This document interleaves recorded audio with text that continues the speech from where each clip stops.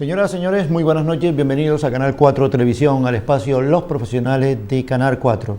Hoy nos vamos a mover en el mundo del misterio, de la magia, casi hasta la brujería podríamos decir, porque vamos a hablar de una institución, yo creo que muy antigua, casi decimonónica. Yo cuando la vi por primera vez me recordaba a esas instituciones señeras, a esas instituciones rancias de los marinos ingleses. Vamos a hablar de la Liga Naval y lo vamos a hacer con don Julio González Padrón. Don Julio estuvo con nosotros hace ya muchísimo tiempo y nos dejó un buen sabor de boca, tanto que nos quedamos con, ya al final del programa, con una pequeña obra editorial. Y digo pequeña porque, señores, lo que hoy don Julio nos ha traído es algo que posiblemente el gran público no conoce, porque es curioso cómo una persona que ha sido marino, que lleva, yo diría que lleva en su sangre el azar de todos los mares del mundo, porque ha viajado por todos los mares del mundo, todavía tenga tiempo para encerrarse en una biblioteca, encerrarse en laboratorios documentales para investigar. Todo el mundo cuando llega a la jubilación ansía pues el eterno descanso, él no.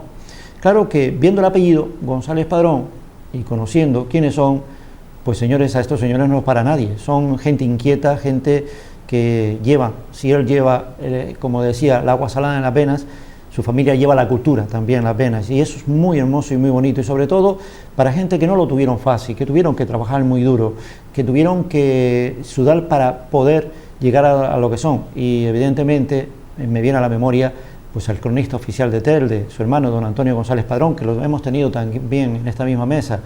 Un hombre que rebota tan joven y con unos conocimientos profundos de lo que es la historia que asusta. Bueno, pues don Julio González Padrón no se queda atrás, quizás viene ahí de tal palo tal astilla, no se queda atrás porque, señores, la obra biográfica de este hombre, que iremos desglosándola a lo largo del programa, es increíble.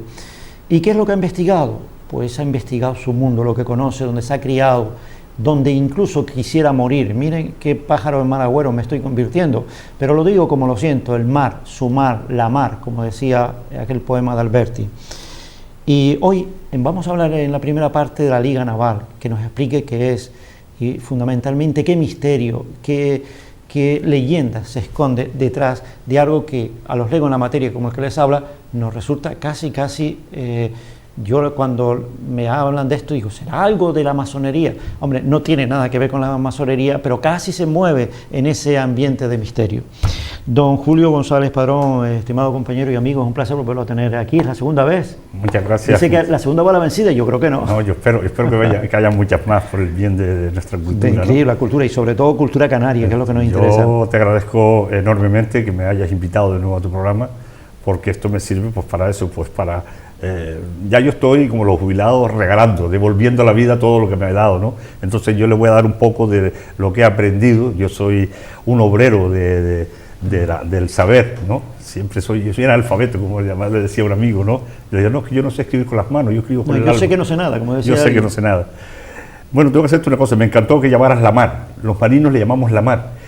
Yo, cuando empecé a navegar, allá jovencito, cuando vine a la carrera, fue el primer barco, ahí lo nombro, el Miguel Martínez de Pirillo, yo recuerdo que al capitán José Mari se llamaba, don José María entonces, pero después éramos los oficiales, estábamos de turno, José Mari, se me ocurrió decirle a eso porque en el mar, dice, no, aquí no hay mar, aquí hay la mar, porque es femenino. Y aquello se me grabó tanto, y yo con 20 y algo que empecé a navegar, desde entonces le llamé la mar, y es verdad. La mar suena más a madre, a femenino, a cariñoso, que fue en definitiva, fue mi profesión, lo que permitió que me formara como persona, como hombre, que tuviera una familia, y que hoy a lo mejor esté aquí pues hablando de la mar. Por eso digo yo, Julio, que estoy devolviendo todo. ¿Cómo contacta su primer contacto con la mar? ¿Cómo fue? Bueno, yo es simpático porque, como ya esto es de familia, bien lo dijiste, en mi casa el amor por las letras, especialmente la historia, viene heredado de mi madre era una gran lectora y gran historiadora. Mi hermano Antonio es más pequeño que yo, estudió filosofía y letras, y yo, en mi bachiller, que yo pertenezco al plan del 57, cuando se llegaba al famoso aquel cuarto de reválida, había que elegir entre ciencias o letras. Cierto. Yo pasé por eso también. Exacto, bueno, pues yo soy de la famosa reválida. Entonces yo recuerdo que aquel año, pues aprobé mi reválida de cuarto y automáticamente quise hacer letras, porque yo quería estudiar historia del arte, con lo que después hizo mi hermano Antonio. O sea, bueno, Antonio es filosofía y letras, pero se especializa en historia del arte, que eran mis pasiones. Pero recuerdo que cuando fui ya a entrar a la clase de latín que me tocaba, un profesor de matemática que se llamaba don Cesario Rodríguez, era muy famoso, que era muy famoso por leñero, porque en aquel tiempo los teoremas se aprendían a base de dar leña. Dice, ¿dónde va usted? Digo, voy a clase de latín. Dice, no, usted va a matemática. Digo, no, yo que me voy a hacer letras. Dice, ¿cómo letras? Eso solo lo estudian las niñas. Y es verdad, había unas cosas como que las letras eran cosas de niñas. Había una puna entre gente de ciencia y de letras. Sí, y entonces me vi sentado ahí viendo senos, cosenos, callado, porque claro, en aquel tiempo no es como hoy que se le puede discutir a un profesor o bien quejarte a tu padre. Claro. A mi padre ni se me pasaba por la cabeza quejarme, porque si lo decía don Cesario, se iba a misa. Y don Cesario, pues era Dios, y estudió ciencia. Entonces mi primera afición fue, porque también me gustaba estudiar medicina. Pero haciendo preu, que por cierto fue el último preu, ese año, aprobé en junio y hice un pequeño, como regalo, hice un pequeño crucero con un cuñado mío, que era jefe de máquina de la Marina, jefe de máquina de la Marina Mercante, que navegaba en los Mariquillas, cuando empezaron los Mariquillas. Y bueno, pues yo con 17 años, ver a aquellos jóvenes con uniforme blanco, de aquí para nosotros, por 17 años, y en aquella época, ligando como perros, qué bonito, me enamoré de la profesión. Y automáticamente digo, no, yo no estudio medicina, yo voy a hacer náutica. Y me planté en Tenerife en náutica. Y la verdad es que no tenía, aunque siempre tuve esa cosa con la mar, porque el canario siempre nace mirando el mar. Mis pasiones, mis juegos infantiles fueron de playa, pero no tenía la afición. Yo después sí me enamoré de la mar, porque la mar es raro. A veces se llega un poco así, medio despistado, pero luego te atrapa. La mar es, no sé, magia. Tiene magia, tiene una espiritualidad, algo que lo que no te puedes llevar mal, porque si no te amarga. Un marino que no sea feliz navegando, como lo fui yo, sobre todo cuando iba por el extranjero, antes cuando me nombrabas que recorrí el mundo, me empezaron a venir pues anécdotas que muchas cuento ahí en mi segundo libro, y que fue maravilloso. Yo tuve una sobre todo hasta los 30, hasta que me nombraron, no, hasta que pasé a Pinillo, los años que estuve navegando en la compañía extranjera, en la compañía inglesa, que fue en un buque tram. Bueno, un tram significa vagabundo en inglés, y entonces eso quiere decir que no teníamos ruta fija. Lo mismo íbamos a Vietnam, que a Argentina, que a Canadá o cualquier sitio, ¿no? No teníamos. Eso me recuerda a los antiguos coches piratas. Exacto, los piratas, bueno. Más o menos, pero era en la mar. Yo tengo una anécdota muy simpática, que después de estar un montón de tiempo fuera de casa, salíamos de Sousanto para Lagos, pero con escala en el Puerto de la Luz, para tomar combustible. Y bueno, a la altura habíamos pasado ya, bueno, de Francia, la esquinita así de Francia, a esa altura, ya yo incluso había hablado con mi casa, vamos a vernos y tal, ya estaba, el día tal, estamos 2 horas en Las Palmas o 4 horas, era para tomar combustible y seguir. Bueno, pues llega un telegrama y pone, proceda, primer puerto, Summerside. Nos quedamos todos locos, porque en principio Summerside, como dice, proceda o al seguillo, yo qué sé, ¿y dónde es eso? Nos quedamos todos locos. Fuimos al derrotero, que es el libro, a ver dónde era Summerside, porque nadie sabía dónde era Summerside. Además estábamos en alta mar ya, que el armador cambió la ruta. Summerside, era invierno. Canadá, pero Canadá es la parte de arriba, donde termina Estados Unidos, hay una islita que se llama Isla del Príncipe Eduardo Island. Bueno, allí hay 2 ciudades, Summerside y Chamberlain. Entonces teníamos que ir primero a Summerside y luego a Chamberlain, y ahora te digo por qué cuento esas 2. Claro, pero en invierno, ya no hay nieve ahora, nieve, que llegamos y nos quedamos con el barco trancado y encerrado en hielo, llegamos el 28 de diciembre y estuvimos hasta el 28 de enero el barco trancado allí, no, ni para atrás ni para adelante, vino un remolcador de la Armada y no pudimos ir con los 2 puertos. Entonces, de esas aventuras así, decir, es que me rompía, o cuando íbamos para Argentina, dice, no, ya no a Argentina, ahora vayan a La Guaira, a tal, y cambiabas un poco. Luego ya vine a Pinillo, y entonces ya en Pinillo fue la vida más seria, porque éramos líneas regulares, Las Palmas, íbamos a Italia y eso, pero bueno, era Península Canaria. Y luego ya la compañía, yo siempre digo, tú va bien, yo era un oficial y tenía que me ofreció el puesto de delegado, para mí era muy importante, estaba de primer oficial y ya me tocaba mandar y nombrarme delegado pues en el puerto más importante, que era de España, que era el Puerto de la Luz. Era una cosa que yo no podía decir que no, de hecho causé muchas envidias y eso, pero bueno, la compañía pensó que yo era la persona ideal para ocupar ese puesto y allí agoté ya mi carrera profesional, agoté. Eso me une a lo de la liga, ¿no? cuando nombrabas la liga, ¿no? ¿Cuándo aparece en tu mundo, cuándo aparece la liga? Bueno, sí, en el momento, yo me jubilo en el 2011. Bueno, me jubilo con 61 años porque me acojo, los marinos tenemos un coeficiente reductor, por años navegados nos dan un 0,35 o algo así. Entonces yo la verdad pensaba seguir eso, pero bueno, no estaban las cosas muy bien y tal, ya tenía mi 100% ya reconocido y decidí pues jubilarme. Tenía muchas cosas, como digo, tenía que devolver a la sociedad todo lo que me había dado, sobre todo a través de mis libros, casi todos los escritos después de jubilado.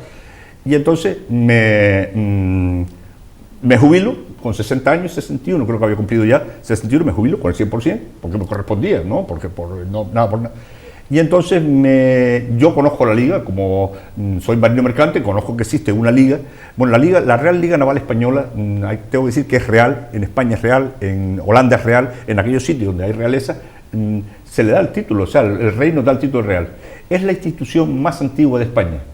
Fue fundada por, ahora no recuerdo el nombre, pero un teniente de navío, que fue de los que fue derrotado con el Cervera, en Cuba, cuando perdimos las colonias de Cuba, cuando los americanos nos hicieron aquel desastre y nos dejaron sin marina mercante, la moral cayó, la moral de los marinos. Nosotros hemos sido el imperio mundial de eso, la marina más importante del mundo, quedar por unos yanquis que eran en aquella época, estaban recién salidos de matar indios, porque era así, estábamos a principios del siglo, bueno, ya eran una potencia, pero bueno, fue muy desastroso. Entonces este hombre, para levantar la moral de se copió a los ingleses, que sí tenían una Real Liga. La Real Liga de ingleses es un sitio donde los marinos, solo de marinos de guerra, porque esto era para la marina de guerra solo, se dedicaban, era una especie de club, sí, un club, pero para vender, para exportar, para enseñar, defender los valores de la marina, valores culturales, valores humanos, hacían cosas para los huérfanos, en fin, la liga era una cosa voluntaria. No era nada oficial. Lo que pasa es que, claro, al estar formada por profesionales de la Marina, pues es lógico que los gobiernos pues nos pidan a veces informes que no son vinculantes, pero si un gobierno pues quiere saber de barco, oye, ¿qué les parece a ustedes? Lo mejor es que le pregunten a un marino, y entre más alta graduación, mejor, se supone que estamos preparados. O sea, dentro de la liga hay gente, por ejemplo, que se dedica a investigar hundimientos, a investigar barcos históricos hundidos y demás. Efectivamente, en la liga, correcto. La liga tiene la parte historiadores, muchos científicos, porque es que la Real Liga Española, aunque empieza, como digo, en 1885, 86, ahora no recuerdo, hasta nuestros días, en principio era solo de la Armada, o sea, de guerra, pero a lo largo del tiempo se ha ido modernizando y ahora incorpora la marina mercante, la de pesca, la científica, tenemos muchos científicos en la liga, la científica y la deportiva. Entonces, claro, dentro de los admirantes, por ejemplo, que hay muchos admirantes, porque esto es curioso, en la liga te llaman un poco, tú perteneces a la liga de que quieres, pero para ser delegado, para ocupar un cargo en la liga no se cobra nada, ¿eh? Esto se hace por amor a la patria. Nosotros nos autodenominamos patriotas, nadie cobra nada. Yo doy conferencias, ahora por ejemplo estuve en Mallorca, estuve una semana pues haciendo, no vale nada. La satisfacción de exportar, de vender, lo que de devolver a la sociedad todo aquello que nos dio, ¿no? Entonces, los marinos de guerra pues dan clases, ayudan a los patrones, dan clases, de alguna forma tienen una formación, ¿no? Luego están los científicos. Yo estoy encantado de todo lo que sé ahora, no es que sea un experto, pero las expediciones estas que ha hecho a España abajo a la Patagonia, al Polo Sur, esas expediciones, pues nosotros que el capitán de navío que está allí, bueno, 3 o 4 que pertenecen a la liga, han dado una serie de conferencias por ahí y tal, que te quedas encantado porque empiezas a conocer cosas. La estación que tiene en Antártica. Exacto, sí. En Antártica, entonces, España tiene una estación ahí también. Y luego eso, enseñamos mucho. Llega el verano, a los chicos les enseñamos. Es que, en definitiva, es copiar a los ingleses. Los ingleses no es que amen a la mar porque la mar se lo dio todo, sino que es que un niño desde que nace ya sabe lo que es un barco. Nosotros es triste, pero tenemos que explicarle que estribor es derecha y babor es izquierda. Y eso que vivimos en una isla. Y vivimos en una isla. Increíble. Entonces, y después hay cosa curiosa, lo mejor de la liga, que esto no, allá digo, aquí nadie gana dinero. Nadie. Aquí es solo prestigio. Yo no sé si algún compañero mío da una conferencia y lo cobra, no lo sé. Pero no. Es una especie de asociación sociocultural, altruista. Sí, efectivamente, sí. Antes de nombrarte lo del masón, y voy a decir lo que es curioso. Yo hablaba de esto me suena a la masonería. Sí. Bueno, tenemos un uniforme, porque tiene por los uniformes y por la imagen que da y la solemnidad, Oiga, la liga por tiene, eso hablaba yo, esto se mueve en la magia. Es que la liga está formada, en principio eran marinos de guerra, luego se metieron marinos mercantes y resulta que los marinos de guerra tienen un uniforme y los mercantes tienen otro. Y de alguna forma el que anda al mercante pues quería llevar su uniforme y el otro, entonces aquello un poco se creó un uniforme para la liga, muy bonito con su caso de la liga, no tienes que ser marino para tener un uniforme. Esos son para grandes solemnidades. Y en las solemnidades hay un uniforme de gala, se hace una cena, normalmente se hace cena y se paga, las pagamos, cada cena carísima, pero siempre es para algo.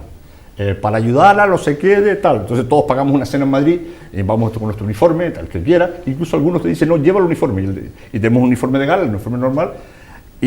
Pero lo de la masonería es curioso porque resulta que a principios de siglo era raro, muy raro, el oficial marino, marino, tanto mercante como de guerra, que no fuera masón. La masonería iba o sea, el masón parece que era un carnet que era consustancial con su condición de marino. No es de extrañar, porque el marino, precisamente por su universalidad, es un humanista convencido. Sí. Yo no conozco un marino que no sea un humanista, ¿no? Y eso entonces, que son de ciencia, ¿eh? Sí, exacto. Qué contradicción. Sí. Pues entonces, tengo que decir que americanos, de los que conozco, de todos los masones.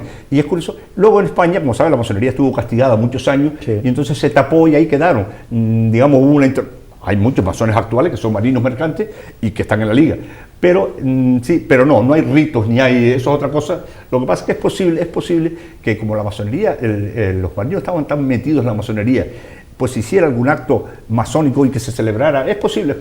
Pero bueno, esa es no tiene nada que ver. ¿La liga está representada en toda España? En toda España, todas las provincias españolas tienen un delegado. ¿Es también un fenómeno internacional? Sí, internacional, efectivamente. Incluso hay una hermandad. Es curioso además o sea, ¿hay contactos entre ligas de un país y de otro? Sí, efectivamente. Nosotros, se transmite información. Ahora, por ejemplo, hicimos un congreso, el último congreso que se hizo de la Liga Naval, se hizo en Santander, se invitó a todas las, que por cierto, estaba invitado el que ahora es rey de España, que como resulta que él les pertenece a la Liga Naval, como marino, que es también, claro. Pero era príncipe, y entonces pensaba ir pues no sé si a cerrar, inaugurar, pero lo nombraron rey y se fastidió la cosa. Bueno, pues mentira, este año no, el año pasado. El año pasado fue el congreso, fue muy bueno, pues vinieron de la Liga Holandesa, de la Liga Inglesa, y hicieron unas ponencias estupendas. Y como digo, de mar se habló mucho, pero casi todo fue científica. Se habló de nuevos modelos de navegación. Es muy importante ya el famoso aquel sextante, aquel que se tomaba ya. Entonces, todas esas cosas se hablan en la liga y tal. Y fue muy, muy interesante ese. O sea que ustedes tienen que tener un fondo biográfico increíble. Sí. Pero tienen que tener también un fondo de instrumentos de navegación para montar un museo. Exacto. La liga tiene su sede en Madrid, en la calle la calle Mayor. En la calle Mayor, un edificio antiguo muy bonito. Lo mismo que lo busquen en internet porque es un edificio precioso, y dentro tienes precioso, es un barco antiguo, pero desde aquellos sillones y tal, y después de la instrumentación y todas esas cosas, es una maravilla, cosas que ya no se usan, ¿no? Porque encima de la liga... o sea, es un museo lo que tienen ahí. En la liga se aporta. Yo, por ejemplo, he aportado todos mis libros a la liga, o sea, yo estoy muy orgulloso de que cuando yo me muera, en la biblioteca van a estar los libros de Julio González. ¿Por qué? Porque son de la mar, ¿no? Todo lo que está relacionado con la mar debe entenderlo la liga. Es curioso, a mí me llamó mucho la atención. O sea que es una entidad reservada única y exclusivamente para profesionales de la mar. No, bueno, sí, no entro los directivos, sí, pero después no. Nosotros lo que queremos... Un civil que nunca haya pisado la mar no puede pertenecer. Yo, por ejemplo, estoy loco por hacer socios de la liga. De hecho, todos los veranos lo intento. Cuando doy un curso, tengo que contarlo con mucha pena, doy un curso a 20, 30 chicos y después les digo, mira, señores, nosotros tenemos una cuota, tenemos 70 euros al año. Pero bueno, el que no la tenga por eso no va a ser de la liga. Entonces le decimos a los padres, mire, es interesante los 70 euros porque después esto nos sirve para, si tengo que... Sí. Bueno, pues si doy un curso a 40, a lo mejor se me hacen 2 de la liga. Y después se me dan de baja a principio de año. Es una pena. Hay cosas, por ejemplo, curiosas. Para ir a las Islas Salvajes aquí, que pertenecen a Portugal, hay que pedir un permiso especial a la Armada portuguesa, al gobierno portugués. El gobierno portugués ya no lo da porque, en fin, hicieron ahí un desastre en la Salvaje Grande y no se lo da a nadie. Bueno, pues hace unos años, y lo voy a contar con mucha pena, unos marinos de Fuerteventura, de Lanzarote, pescadores, querían ir allá, allí está prohibido pescar, pero decían que no, que van a ir un día nada más. Bueno, y pidieron permiso al gobierno portugués y le dijeron que no. La Cofradía de Pescadores de Lanzarote. Entonces uno de ellos que me conocía me habló y digo, hombre, sí, tú lo puedes pedir a través de la liga. Digo, claro, sí. Para ver la importancia de la liga en el extranjero, nos tienen más respeto fuera que dentro. Le digo, sí, lo que vas a hacer, dile a tu gente, eran 15, a tu gente, que lo único que le pido es que se hagan todos de la liga. Son 70 euros al año, pero tienes ventajas de descuento en hoteles, cuando vas a las regatas por esto, tu carnet de la liga te permite acceder a cursos, en fin, una información, bueno, hombre, tiene una ventaja, ¿verdad? un montón. Y te consigo eso. Si me consigues tal, me voy al cónsul aquí en Las Palmas, un hombre que por cierto es de la Liga Española, oye, necesito esto, sí, en nombre como delegado, solicito. Tardó 15 días en venir el permiso, porque era la Liga quien apadrinaba esa operación. Bueno, pues se quedaron todos encantados, iban a ir todos los barcos y tal. Bueno, pasó ese año, muy agradecido, todos contentísimos porque pudieron ir. Pues de aquellos 15 o 16, creo que queda en la Liga 4. Se han ido dando de baja, porque como ya no les interesa. Pero no les interesa, no, porque ellos necesitan información, que estamos rodeados de lo mejor, a nivel técnico, ellos son de pesqueros. Bueno, pues tenemos gente de la pesca importantísimo, pero es que ellos aportan también cosas a la liga. Claro. Pero no hay ese sentimiento que hay en Inglaterra, de que le hablan de la mar y se orgullece, o el mismo americano. Que decir, tú eres marino, y entonces eso se parece que es un orgullo. No lo hay. Hay una especie aquí de que rechazo, el barquero, el del pescado, ¿no? Sí, no, es verdad, el barquero. Es triste, pero es así. Pero vamos, yo estoy muy orgulloso de ser el delegado. Bueno, soy porque ellos me eligieron. Sí, porque eso eligen normalmente a un capitán cuando esté ya retirado, para que tenga tiempo, porque claro, yo cuando estaba delegado en Pinillo, no tenía, era mucho tiempo, pero tan pronto me jubilé, a los 2 meses, me llamaron de Madrid, oye Julio, ¿a ti te importaría ser delegado de la Liga? Porque tenemos en Tenerife, pero en Gran Canaria no, porque como era provincial y esa liga era del año del Catapún, era solo una provincia. Entonces yo sí, pues mira, tú te vas a encargar de lanzar otra Fuerteventura a Las Palmas. Encantado, tengo jubilado, estoy todo, mira, aquí no se gana, ni falta, ya me lo dijeron, aquí no se gana dinero, digo, ya lo sé, todo lo contrario, se paga.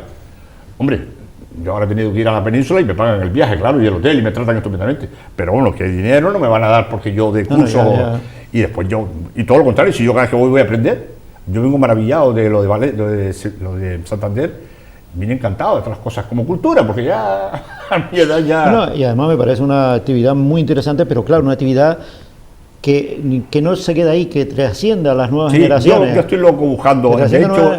Porque realmente es muy importante. Yo se lo decía a un chico que trabaja en la consignataria, que no es marino, un chico de la consignataria muy formado, este chico es economista, se lo decía, oye, tú quieres hacerme el relevo de delegado de la Liga, ¿por qué es que hace falta juventud para meter? No hace falta ser marino, él es consignatario, que le guste la mar.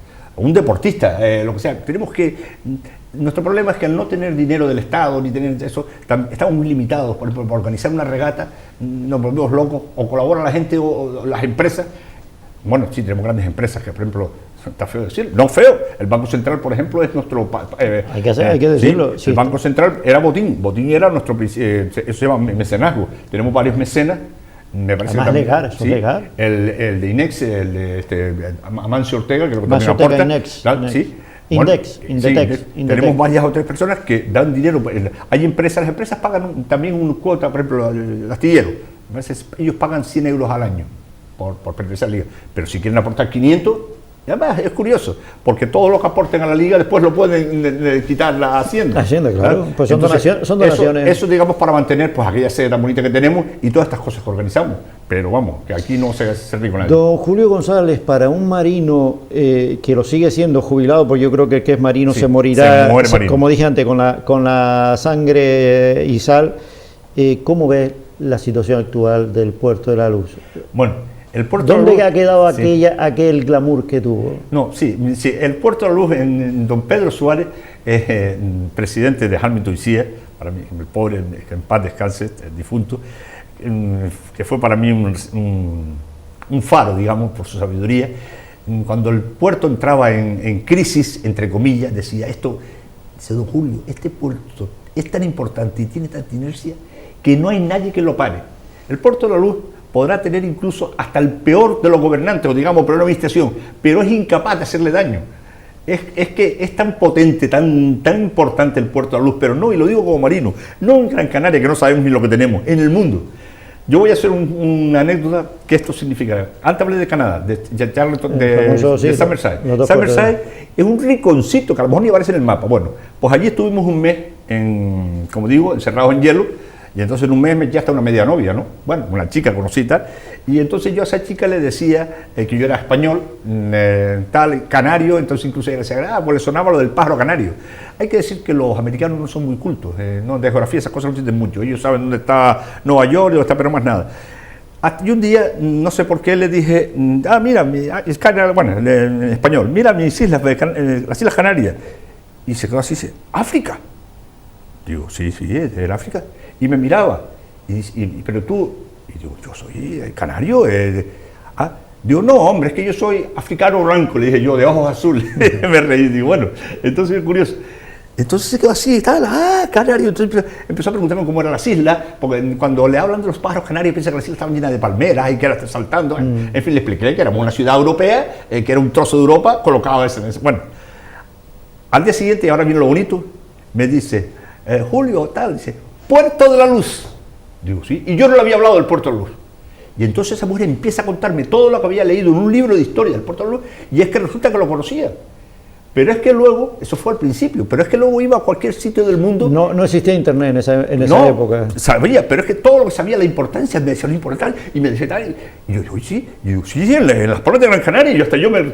Pero es que después, ¿de qué me extraña? Cuando fuimos a Egipto, o a la isla aquella rarísima, que no me acuerdo cómo se llamaba, y me decía, el Puerto de la Luz, a lo mejor no sabía ni lo que era Canarias, pero el Puerto de la Luz sí. No lo conocía. En todo el mundo. Hay que tener en cuenta que el Puerto de la Luz fue clave en la expansión, sobre todo, bueno, los españoles sí, pero lo que le dio en realidad fama al Puerto de la Luz internacional fue las colonias de los ingleses. Los ingleses necesitaban, no estaba en el canal de Suez, necesitaban pasar por aquí obligatoriamente para ir a la India, a sus sitios, ¿no? Y esto, la importancia que le dieron, bueno, la importancia geoestratégica, esa se la dio Dios, esa no se la puede quitar nadie. Por eso digo que esto es que va solo. Y cuando se nos fueron los pesqueros, aparecieron los combustibles. Y cuando se nos van los combustibles, aparece la fruta. Y si no, aparecen los cruceros. Pero siempre está en auge. Por eso digo que el que sea, siempre hablamos del presidente de la autoridad portuaria. El presidente de la autoridad portuaria es un técnico. Pero aunque sea el técnico más malo de los técnicos, que tengo que decirlo que a lo largo de la historia lo han habido, malo, han sido incapaces, porque esto es un pulmón de dar aire a la isla enorme. El Puerto de la Luz es un emporio, eso es asombroso. Y curiosamente, ¿lo tratan bien? No, ahí va, el Puerto de la Luz no se trata con el respeto. Si hubiésemos estado, siempre lo decía mucho Ernest Hans, un capitán alemán que tuve yo, Ernest Hans, el pobre, y digo el pobre porque se murió con, tengo que decirle, y casi se hunde la Johnny Walker, y digo la Johnny Walker porque estaba todo el día bebido, ¿no? Sí. Este hombre es un hombre de una visión, un hombre me decía, si nosotros, porque él hablaba de Hamburgo, ¿no? De su puerto, ¿no? Y él me decía, lo que respetamos nosotros a Hamburgo o Rotterdam, porque en Holanda, por ejemplo, se habla del puerto de Rotterdam, y sin embargo ustedes aquí en la España, fíjate, yo lo cuento en mi libro, en el año 1919, en el 19, fuimos el sexto puerto del mundo. El segundo de España, solo detrás de Barcelona, pero delante de nosotros solo estaba Bremen, Hamburgo, Rotterdam. Sí, el sexto del mundo, pero es que llegamos a ser el tercero del mundo. Y cuando se cerró el canal de la Mancha, el canal de la famosa guerra aquella de los 6 días, es que se cerró el canal bueno, llegamos a ser el tercero del mundo. Hoy estamos dentro de los 100 más importantes del mundo, y entre otras cosas pertenecemos también al Club del Millón, que se llama. El Club del Millón son aquellos puertos, y digo eso, por ejemplo, Santa Cruz de Tenerife no es es otra cosa, vaya. No llega a esas categorías. El Club de Millón se llama aquellos puertos que han alcanzado 1 millón de movimientos de TEU. Bueno, TEU son contenedores de 20 pies al año. Todos los que superen Singapur, en fin, entonces se llama Club de Millón. Pues nosotros estábamos por lo menos en el 60 y algo, o en el 40 y tanto, ahora estamos en el 60 y pico, pero bueno, somos un lugar privilegiado, perfecto. Luego somos capaces de dar respuesta. Nuestro puerto es tan grande, no porque los canarios, que no somos muy laboriosos, sino por la capacidad de respuesta. Tenemos combustibles de cualquier tipo, tenemos la infraestructura en cuanto a una reparación. Ahora hay, por ejemplo, 11 plataformas, pero es que vienen a reparar aquí, porque aquí hay de todo. Tenemos tenemos hasta un afinador de piano, y digo un afinador de piano porque es curioso, una plataforma el otro día pidió un afinador de piano, tenía un piano porque quería un tío. O sea, es un trozo de Europa colocado en África, curioso.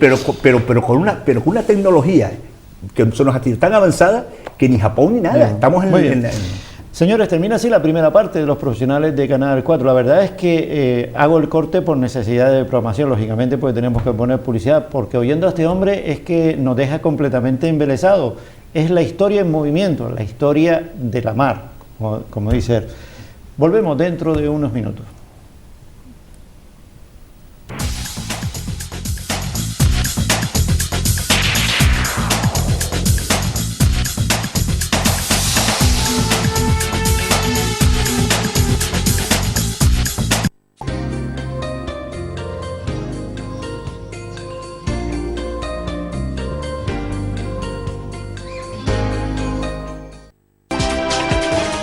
Si buscas toda la actualidad política de Canarias y toda la información sobre los eventos sociales, culturales o deportivos de la sociedad canaria, la encontrarás en los informativos de Canal 4 Televisión.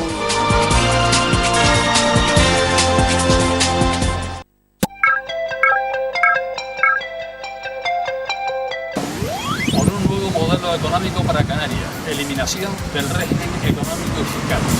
Por la erradicación de la violencia contra la mujer y por la igualdad de derechos. Por un nuevo modelo energético para Canarias, por la soberanía alimentaria. ¡Sí! ¡Hay alternativa! ¡Por la unidad del pueblo!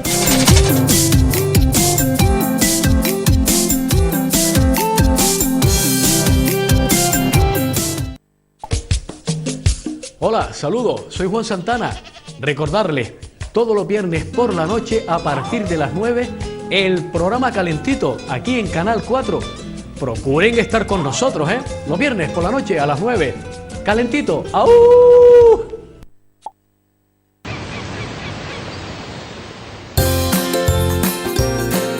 Dicen que nuestro destino está escrito.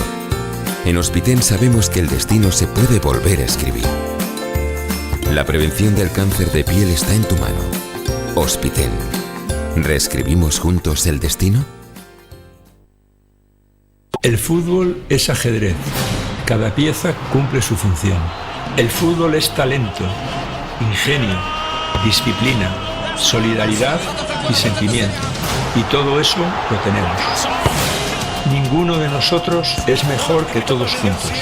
Jugando como nos gusta, todos juntos. Solo así podremos sobrevivir en la mejor liga del mundo. Unión Deportiva Las Palmas. Juntos somos mejores. Abónate.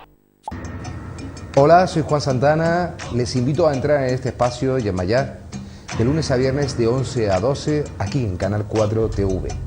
Un umbral lleno de esperanzas, de respuestas, de ilusión, de misterios y sobre todo de muchísima fuerza. Os espero.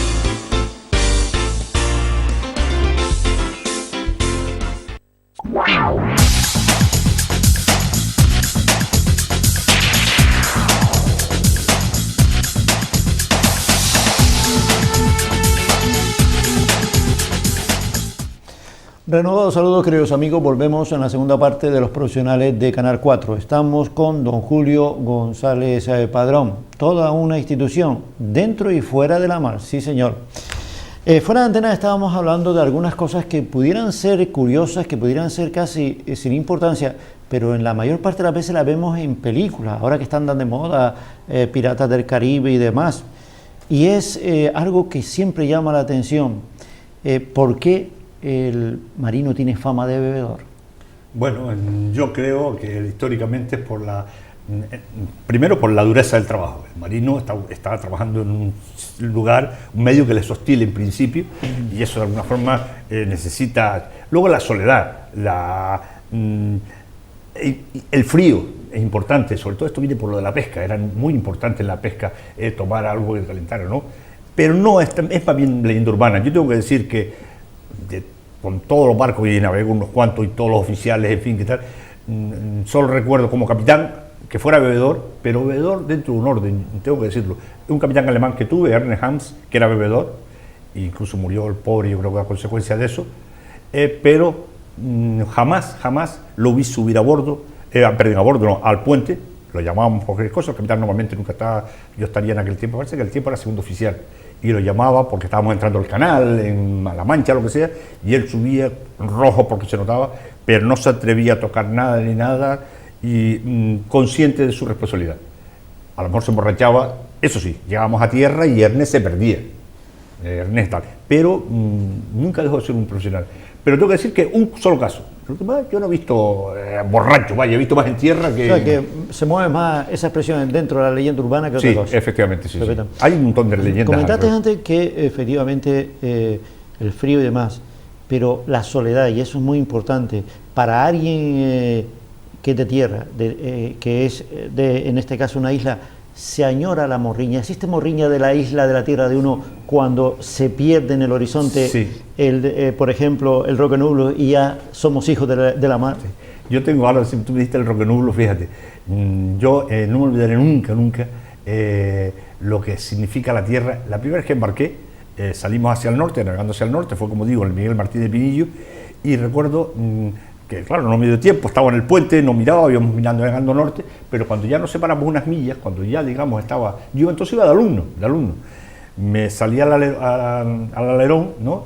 Y miré hacia la popa y vi que se estaba la isleta ya pequeñita, y tengo que decir que nunca había pasado, se le puso un nudo en la garganta, pero un nudo de verdad, o sea, yo notaba que se me ponía esto duro, yo un sentimiento, parecía que me estaban arrancando a mi madre, era curioso, y luego sentí otra vez esa sensación, una vez que llegando eso me pasó yo que no soy chicharrero, con el Teide. Veníamos también, llevamos ya mucho tiempo fuera de casa, y llegando a las islas, entramos un poquito así, lo primero que vimos fue entre las nubes, una puntita blanca. Y no me acuerdo, dice, mira que bien se ve el Teide. Y vi el Teide y se me saltaron las lágrimas. Sí, eso sí, ya cuando regresaba. Cuando regresamos, pero no de eso, sino otra vez. Luego ya que te acostumbras, ¿no? Y te haces un poco duro en eso, incluso separarte de tu familia. Bueno, adiós. Pero al principio sí duele. ¿Cómo asume la familia que el cabeza de familia esté 2 meses, 3 meses sí, por eso? Eso hay que ser, sí. Yo en mi casa tenemos 2 experiencias. Mi hermana Chelo, que también falleció, que su marido era marino, aunque él cuando se casó con Ernesto, y Ernesto estaba aquí entre islas, nos veía todos los días. Y después mi esposa. Luego la mujer del marino tiene que ser una mujer especial. Una mujer especial porque tiene que entender que es el trabajo de su marido, ella tiene que hacer de padre, madre y de todo, y al mismo tiempo tiene que ser esposa. Claro. Entonces hay que, un aplauso para esas mujeres fuertes porque hay que ser ¿Cómo lleva el marino el hecho de que, por ejemplo, estás en Canadá, te has pegado 2 o 3 meses navegando, estás en Canadá y de repente llegas a tierra, voy a llamar a casa, y de repente de casa te dice, pues tengo que operar a la niña, tengo que operar al niño? Eso era lo peor. La impotencia de no poder estar presente. Eso era lo peor que se llevaba así, efectivamente. Si había algo triste, incluso cuando se recibía un telegrama, que ya hoy no se reciben telegramas, porque hoy ya por la radio, ya incluso por teléfono, por internet lo tienes. Pero cuando se recibía un telegrama a bordo para avisar el fallecimiento, que se le llega, el telegrama, el procedimiento es así, lo recibe el radiotelegrafista se lo da al capitán, y el capitán designa un oficial, normalmente el oficial de guardia o el primero, mira fulano, dile a tal que se murió su padre. Dios, es que nos temblamos. Cuando les tocaba a uno llevarlo y decirle, porque es que en verdad normalmente se le dice, mira, vete si quieres a tu camarote, haz lo que quieras, no trabajes hoy, pero estás en un sitio, no puedes, eso es doloroso. Yo lo vi en algunas cosas del padre de un chico que le dio un infarto, e incluso el telegrama no decía muy claro que había muerto, entonces él se ilusionaba y luego ya cuando le dijeron, tal día va a ser el funeral, viene y se ponga el funeral, pero se murió. Doloroso, eso sí que... Eso debe ser terrible, sí. ¿no? Y cada persona se lo toma distinto. Yo afortunadamente siempre yo decía, Dios mío, que no me llegue un... Yo, por ejemplo, tuve alegrías de esas, todo lo contrario. Yo me enteré, por ejemplo, que mi mujer estaba embarazada. Cuando llamé, mira, estaba en Valencia, desembarqué, dime, Ali, ¿qué pasó? Estoy embarazada. ¡Pum! Una alegría, se me saltaron las lágrimas. Me hubiese gustado que me lo hubiese dicho en directo. Claro. Pero bueno, pero no tuve esa cosa. Pero aún así se siente impotencia. Yo recuerdo recuerdo navegando que la niña tuvo que llevarla al materno infantil y entonces estaba fijo pegado a la radio, ponme con eso. Sí, no, está ahí, se va a quedar esta noche porque no sabía lo que tenía. La niña fiebre, estuvo una semana y fue una semana horrible. Y era una niña chica, era mi primera hija. Y después, ya con la segunda no, porque ya me cogió tierra y ya, pero sí, es fastidiable. Es fastidiable. Vamos a meternos ahora, señores, con lo que ustedes están viendo. En el monitor, lógicamente, están viendo dos novelas. Es obra de don Julio González. Pero junto con estas dos novelas hay un libro que se puede encontrar en el Corte Inglés, no estoy haciendo publicidad, es La Realidad. O en Telde mejor. O en Telde también, en la librería Cruz, creo que se puede encontrar. Este libro, Cuentos, Refranes y Poemas de la Mar, yo creo que no es necesario ni ojearlo, porque ya el título nos mete dentro de ese mundo mágico que encierra lo que es la magia de un cuento, yo diría el calor de una leyenda y la verdadera realidad. Es que en la mar, hasta las historias, la mar es tan particular que hasta las historias son distintas. Lo que ocurre... Nunca se repite la misma historia. No, es que todos los días es una aventura. Entonces, si en la mar ocurre una cosa simpática, en tierra ocurre una cosa... Yo qué sé, es que se me ocurre cualquier cosa que ocurre en tierra, ocurre en la mar, pero en la mar se llena de un romanticismo, por eso yo los novelo un poco, y a veces la gente dice que es exagerado, pero es que no es exagerado, es que la mar es así. E incluso el marino, por su condición, por el medio donde está, un problema, esto que todo el mundo lo va a entender. No hay un pescador, voy a optar por los pescadores, después los voy siguiendo, pero no hay un pescador en el mundo que haya cogido, digamos, un salmón de este tamaño. Todo el mundo lo ha cogido de esto. Sí. Eso seguro. Eso es, no hay un marino mercante en el mundo que haya navegado en Calmachicha. Bueno, Calmachicha es con eso. Todo el mundo ha cogido un temporal, esto, tal. Hombre, pero Dios, hay temporales, pero son pocos. Normalmente se navega con buena mar. Yo voy a poner una anécdota simpática. Eso los marinos decimos mucho eso. Cada vez que a un marino haz la pregunta a un marino, ¿qué tal fue el viaje? ¡Wow! Horrible, nos cogió allí saliendo del estrecho. Siempre en los mayores temporales. Bueno, pues una vez llegamos nosotros a La Guaira en el buque Tajo y al subirse el práctico, la clásica pregunta, ¿qué tal Manolo? Se llamaba el capitán. ¿Qué tal Manolo? Bueno, ¿qué tal? ¿Cómo ha ido el viaje? Hay que decir que de aquí a Venezuela eso es una playa, bajamos casi al Ecuador y esto es el mar quieto siempre. Dice, saliendo de Canarias no está. Dice, coño, Manolo, que yo también soy. Dice, bueno, es verdad.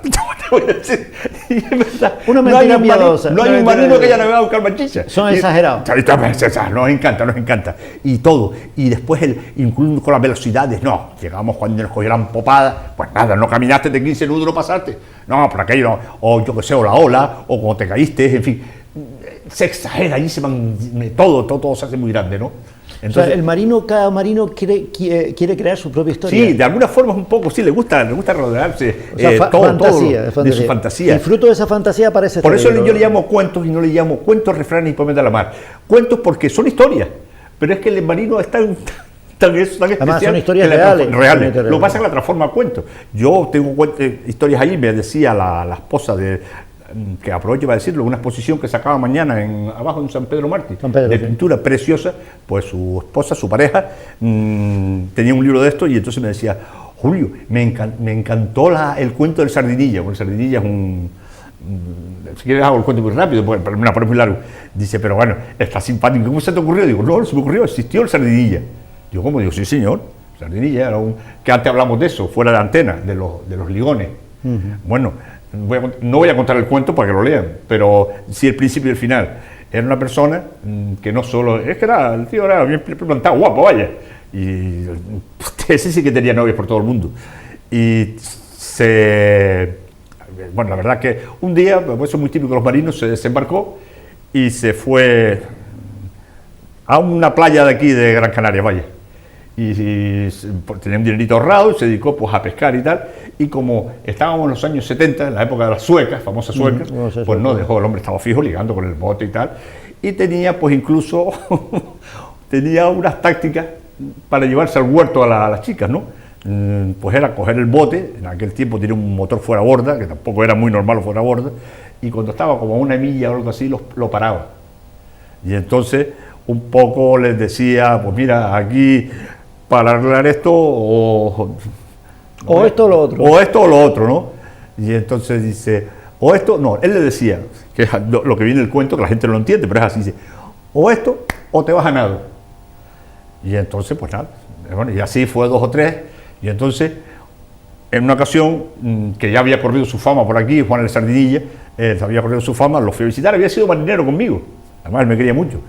Y fui a casa y al bar ese, el Erizo, bueno, no tenía que haber dicho el nombre, pero bueno, un bar que se llamaba el Erizo, la gente no sabe en qué playa estaba, y pregunté, oye, Juan el Sardinilla, pues mira, hace tiempo lo veo, tal, digo, oye, que me han dicho que no pares, este hombre tal, y entonces me hizo el cuento, hizo con su táctica de, o pasas por el aro o te vas a nado, claro, siempre era 2 millas, y entonces me voy a ver bueno, pues, quiero verlo para saludarlo y tal, y me encuentro a un Sardinilla agotado, el hombre triste. Y digo, que me han dicho que si eres el hombre más feliz del mundo desde que desembarcaste, creo que lo para. Las mujeres, que es lo tuyo. No me hable, don Julio, no me hable. ¿Qué pasó? Oye, que usted sabe cuál es mi táctica. Total, que tanto le saqué, ¿sabe cuál es? Te lo voy a contar muy rápido, no es así, pero bueno, lo cuento muy rápido porque no tenemos tiempo. Me dice, ¿usted sabe cuál era mi táctica, no? Que ya está, llegaba allí, me separaba, costaba una milla, le decía, mira, esto se paró, pero aquí para que yo lo arregle, o pasa por el aro o te vuelve. Dice, coño, me vino el otro día don Julio. Además, eso sí voy a explicarlo como me lo contó, porque hay que conocer el Sardinilla. Hay que oírlo. Dice, me aparece, estaba yo arreglando el botillo por la mañana, así está para salir. Don Julio, me viene una brasileira, don Julio, dice 2 metros, así. Y entonces él empieza a contar todo, como los marinos cuentan las cosas, que lo cuentan así. Morena, don Julio, todo para adelante, todo para atrás. Yo me quedé loco, digo, como esta me tira. Y dice, hola marineiro, que fue cuando me enteré que era brasileira, don Julio. Dice, hola marineiro.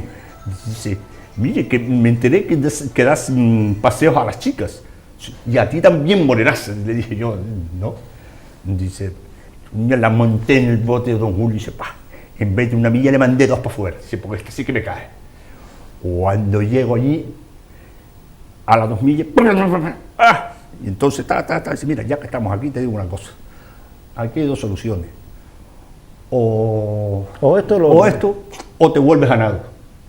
Dice don Julio, se me quedó aquella mujer mirando con aquellos ojos así que parecía que me rompí. Yo estaba ya que no podía más. Hace ¡plá! Y se quita el bikini.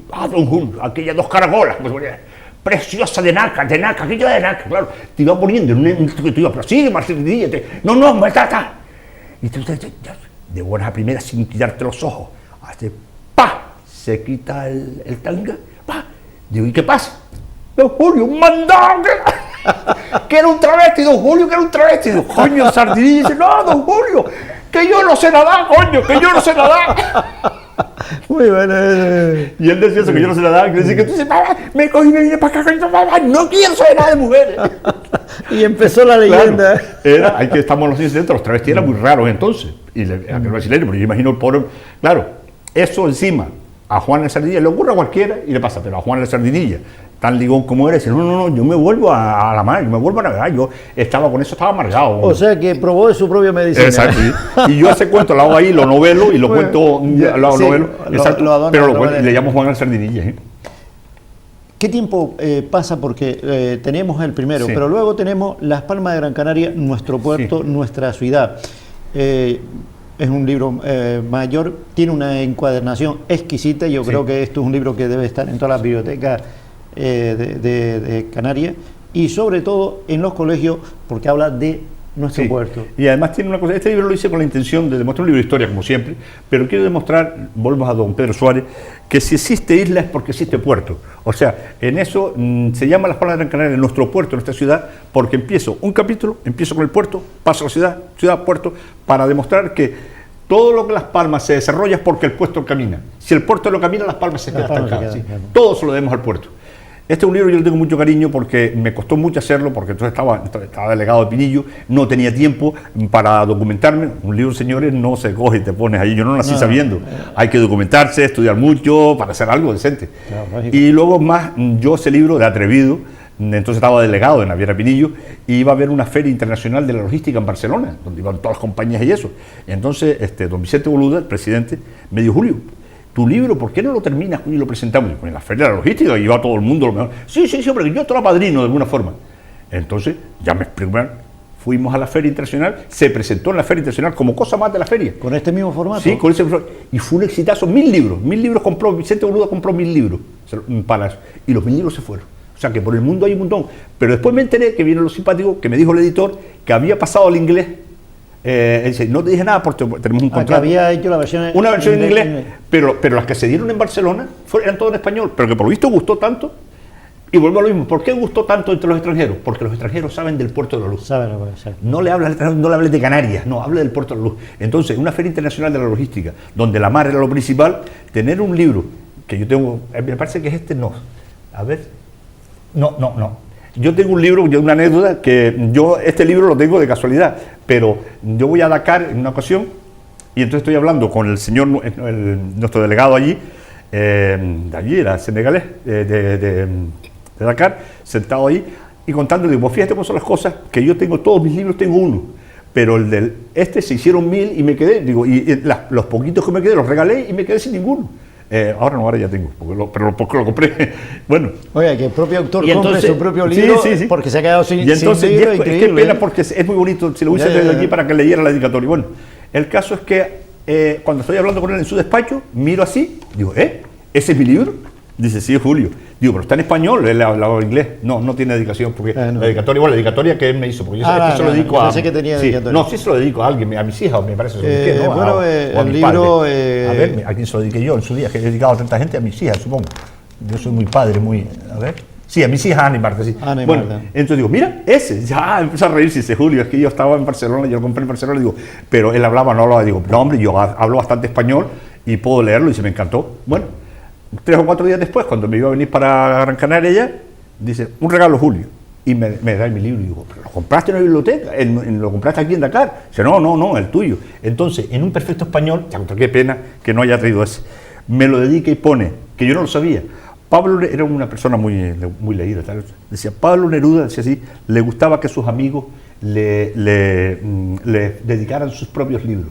Tuvo que ser en Dakar, lejos de las matas, y muy bonito, empieza a ser hablando de él, cuando este amigo senegalés, Abdallah Sangura, te devuelva el libro de Tata y lo tengo. Entonces, mira, no importa. Entonces yo hice, y le mandé uno para allá. Entonces, ese lo tengo en mi casa. Y este fue porque el otro día, no sé, fue el cónsul de Cuba, con el asunto del Barbanera, concretamente me pidió, porque este libro le sonaba. Y digo, pues, y fui y compré dos, me quedé con uno, digo, porque cualquier día. Pero es curioso, porque mi propio libro tiene que comprar. Bien, hablar de Puerto de la Luz y no hablar de los carpinteros de Ribera y sobre todo los astilleros es como ir por agua y venir con el porrón vacío. Exacto. Este, digamos, señores, es la última criatura parida. Hablamos en canario, parida de la pluma de don Julio César González Padrón. ¿Qué se contiene en este libro? Porque ojeándolo veo un fondo fotográfico realmente increíble. Sí, el fondo es muy bueno. La fotografía, sobre todo las antiguas, pues tengo algunas modernas. Con ese libro pretendo una cosa. Yo, como enamorado de la historia, siempre me llamó la atención, y así empiezo, que el aborigen canario, que no es el guanche, sino el canarí, hay que decirlo, porque otra de las cosas que empiezo ahí, el canarí es el aborigen de Gran Canaria, en Tenerife y Guanche, en Bimbache, en el Hierro, en fin, cada pueblo tiene su... Entonces, es curioso que viviendo en una isla no conociera el arte de navegar. Es que ni siquiera para ir a pescar. Y cómo, entonces yo en todo empezó por ahí el ver el por qué no se construían embarcaciones, no sabía ni siquiera unas lanchas primitivas. Empecé por ahí. Luego empecé a estudiar el tema de los primeros carpinteros de Ribera, e incluso fue muy interesante porque en el siglo XVIII, buscando, investigando y tal, descubro que un antepasado mío, que procede de Portugal, es carpintero de Ribera y viene a Gran Canaria a montarse precisamente en la caleta de San Telmo, que es donde están los primeros carpinteros de Ribera. Eso me anima. Pero luego, de la firma de los astilleros Zamacona, en Las Palmas, Zamacona Yard es los astilleros que están ahí, dos astilleros, Asticán y Zamacona, ¿no?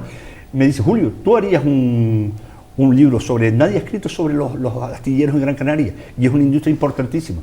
Digo, sí, pero antes de estos astilleros hubieron otros, o sea, esto es hoy, pero hay unos señores, digo, incluso hasta hago una cosa que es la aportación histórica que hago yo en ese libro, donde que la gente no lo sabe, que también tenía ganas de decirlo.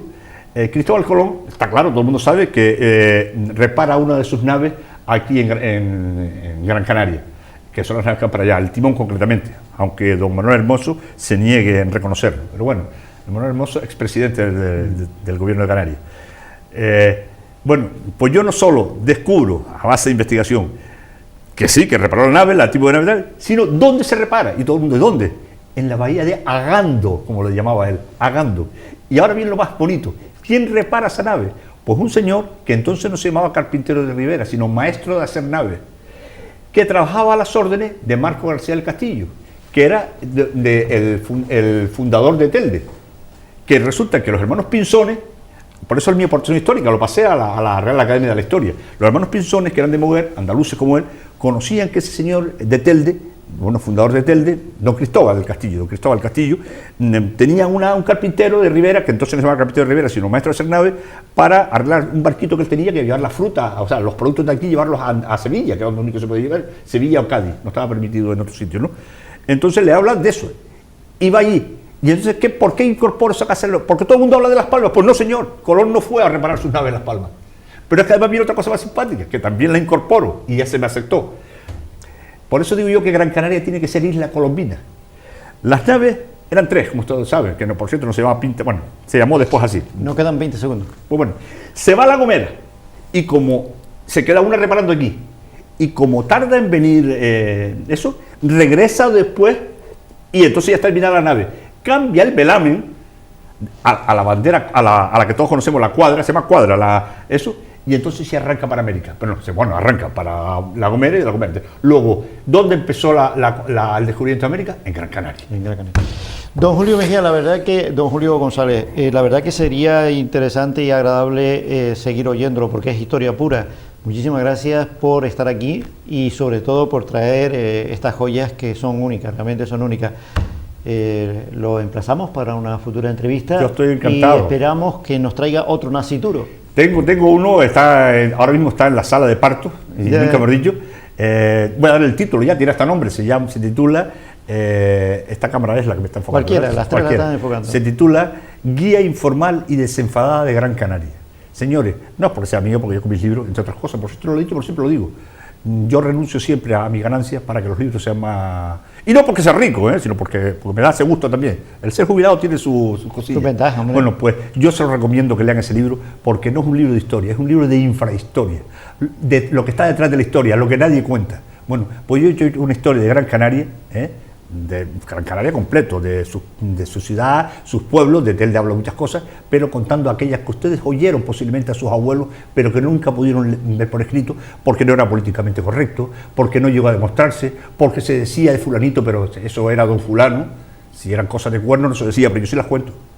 Y si era cosa de la iglesia, Dios mío, con la iglesia hemos tomado, yo las cuento. Yo les recomiendo ese libro, va a ser muy baratito. Señores, así terminan los profesionales de Canal 4, hoy con don Julio González Padrón. Que sean felices, muy buenas noches y hasta la próxima ocasión.